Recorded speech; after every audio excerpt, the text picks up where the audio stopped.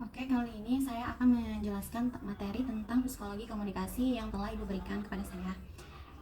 Pokok pembahasannya ada 7. Pertama, pengertian psikologi, sejarah singkat psikologi, pengertian psikologi sosial, pengertian psikologi komunikasi, awal studi komunikasi, lingkup psikologi komunikasi, dan ada hubungan psikologi dengan komunikasi. Pengertian psikologi adalah disiplin ilmu yang mempelajari lebih dalam tentang manusia, pikiran, mental, dan perilaku manusia. Ilmu ini akan meneliti alur pemikiran manusia. Selain itu, ilmu ini juga meneliti alasan dibalik tingkah laku manusia tersebut. Istilah psikologi sering merujuk pada ilmu yang mempelajari tingkah laku manusia. Praktis di bidang psikologi disebut sebagai psikolog. Fungsinya apa aja sih? Fungsinya antara lain menjelaskan tingkah laku manusia, memprediksi atau meramal tingkah laku yang sering terjadi. Psikologi penting dalam beberapa aspek kehidupan seperti proses rekrutmen, bimbingan konseling, ataupun identifikasi masalah terkait penyebab suatu kejadian. Pengertian psikologi adalah ilmu mempelajari tentang tingkah laku dan kejiwaan manusia. Pada prakteknya, ilmu psikologi melakukan pengamatan dan analisis terhadap suatu organisme berdasarkan pengalaman yang diperoleh melalui panca indera. Di bawah ini ada beberapa pengertian psikologi dari beberapa aspek. Dan next, pengertian komunikasi. Komunikasi adalah suatu proses pembentukan, penyampaian dan penerimaan atau pengolahan pesan yang terjadi pada diri seseorang dan atau di antara dua orang atau lebih dengan tujuan tertentu. Menurut Fred West dan Lane Church, komunikasi adalah proses sosial di mana individu-individu menggunakan simbol-simbol untuk mencapai dan mengutarakan makna dalam lingkungan mereka. Apa sih pengertian psikologi komunikasi? Digunakan untuk memahami komunikasi dalam memproses komunikasi tanpa mengabaikan aspek kejiwaan. Ada beberapa manfaat dari mempelajari psikologi komunikasi, seperti memberi pesan lebih jadi akurat, menganalisis kesalahan persepsi, membantu komunikator mengenal komunikannya, mengurangi hambatan yang mungkin terjadi, dan sebagainya. Next, psikologi komunikasi juga merupakan sebuah rangkaian proses untuk mendapatkan informasi mengenai faktor lingkungan seperti psikolog yang dapat menghambat atau menunjang sikap manusia. Ada 4 ciri pendekatan psikologi komunikasi. Pertama, data ide, menerima stimulus secara ideawi atau sensory response of stimul. Kedua, ada stimul olah jiwa.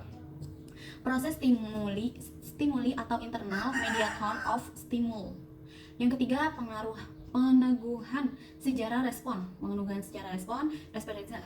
respon atau reproduction of response.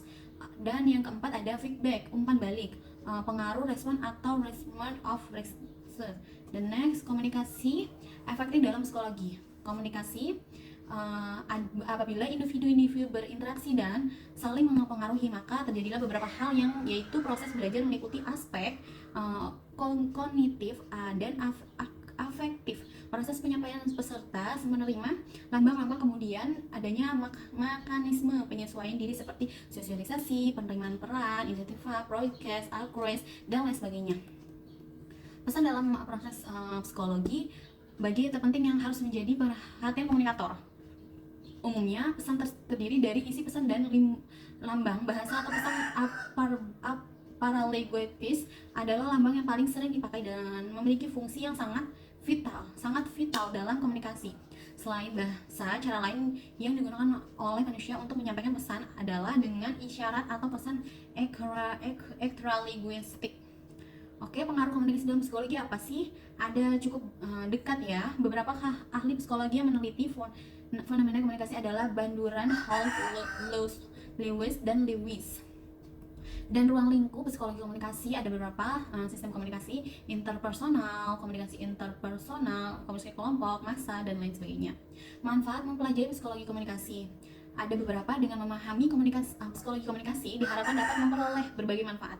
Di antaranya membantu menjadi komunikator yang memiliki kreativitas atau bisa membantu menyampaikan pesan yang akurat dan membantu memilih media yang tepat untuk menyampaikan pesan sesuai dengan konten komunikasi, atau membantu untuk memahami komunikan dengan memperhatikan keanggotaan kelompok, proses seleksi, dan kecenderungan. Oke, cukup sekian presentasi saya, dan saya akan menganalisis tentang kasus yang saya tanggapi saat ini. kali ini saya mengambil kasus di berita tentang pakar sebuah persetubuhan ABG di Sulteng pemerkosaan sehingga pola relasi. Dalam kasus ini, saya menyampaikan bahwa kejadian yang sangat memperhatikan terhadap anak muda di bawah umur, ya bisa disebut ABG. Masa depan dan pola pikirnya sudah tercampur dengan hal-hal yang buruk, membuat anak di bawah umur ini jadi trauma. Dia tidak memiliki komunikasi psikologi untuk memilih-milih teman, yang mana yang baik, yang mana yang kurang baik, dan bahkan bisa mempengaruhi kesehatan mentalnya di kemudian hari, di masa depannya. Di sini juga sangat penting memang peran orang tua yang mampu untuk memberikan komunikasi yang baik terhadap anaknya dan memberikan edukasi yang baik untuk anaknya. Dan karena itu dia bisa mempengaruhi dengan hal seperti itu dengan iming-iming dan bujukan rayuan dari pelaku ABG tersebut. Terpengaruh karena adanya dorongan, adanya tarikan dari pihak perilaku. Jadi adanya dorongan dari pihak perilaku untuk melakukan hal-hal yang diinginkan. Saat ini ABG tersebut pun sampai melakukan berhubungan berkali-kali selama 10 bulan dengan orang yang berbeda-beda. Sungguh disayangkan untuk psikologi komunikasi yang baik dan benar dan kesehatan mental anak ini gitu. Saya menganalisis bahwa anak di bawah umur ini dia masih belum bisa membedakan mana yang baik dan mana yang buruk untuk kedepannya gitu. Cukup sekian dan terima kasih. Apabila ada salah-salah kata ataupun pembelajaran saat saya bawa ini, mohon koreksinya Ibu. Terima kasih. Wassalamualaikum warahmatullahi wabarakatuh.